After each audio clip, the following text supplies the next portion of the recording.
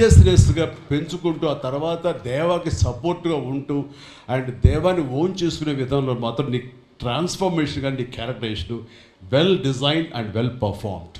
Fantastic అమ్మా, fantastic. And ఇంకా మిగతా క్యారెక్టర్స్ అందరూ అన్ని రకాలుగా అన్నీ బాగా చేసినా సరే నిజంగా చెప్తాను, హృదయానికి హత్తుకుపోయిన క్యారెక్టర్ ధనుష్. అంటే ఈ క్యారెక్టర్కి ధనుష్ తప్ప ఇంకెవరు లేరని, ఇంకెవరు చెయ్యలేరు. ష్యూర్ ఇంకొక హీరో లేడు. అంత పెర్ఫార్మ్ ఇచ్చి హీరో ఇమేజ్ ఉండి, స్టార్ ఇమేజ్ ఉండి, అన్ని రకాల కాంబినేషన్లో ఉండి చేసే మనిషి అంటే the one and only star in India is Dhanush. ధనుష్ని మైండ్లో పెట్టుకుని ఈ క్యారెక్టర్ డిజైన్ చేసావా శేఖర్?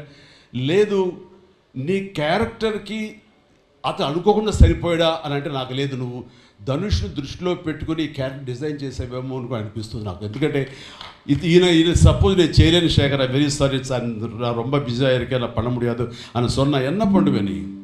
ఎవరున్నారు చేయడానికి? నన్ను అడిగితే నా వల్ల కాదు.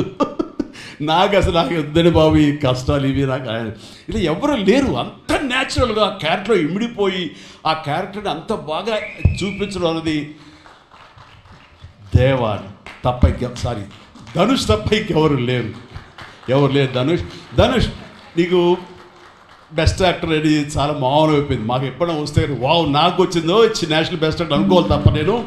బట్ నీకు ఇది మామూలు అయిపోయింది. మళ్ళీ ముందస్తుగా నీకు అడ్వాన్స్గా చెప్పేస్తున్నాను, నీకు కంగ్రాట్స్. నీకు బెస్ట్ యాక్టర్ అనేది ఖచ్చితంగా రావాలి. లేకపోతే అందుకే నేషనల్ అవార్డ్స్కి అనేదానికి మళ్ళీ అర్థం లేదు. బట్ అది నీకు ఇది మామూలే, కానీ నీకు ఈ సినిమాకి వస్తే కనుక ఇందులో ప్రతి ఒక్కరికి ఇది గర్వకారణం. అది definite you will win. Fantastic. ఇక ప్రొడ్యూసర్స్గా మన సునీల్ ఉన్నాడు.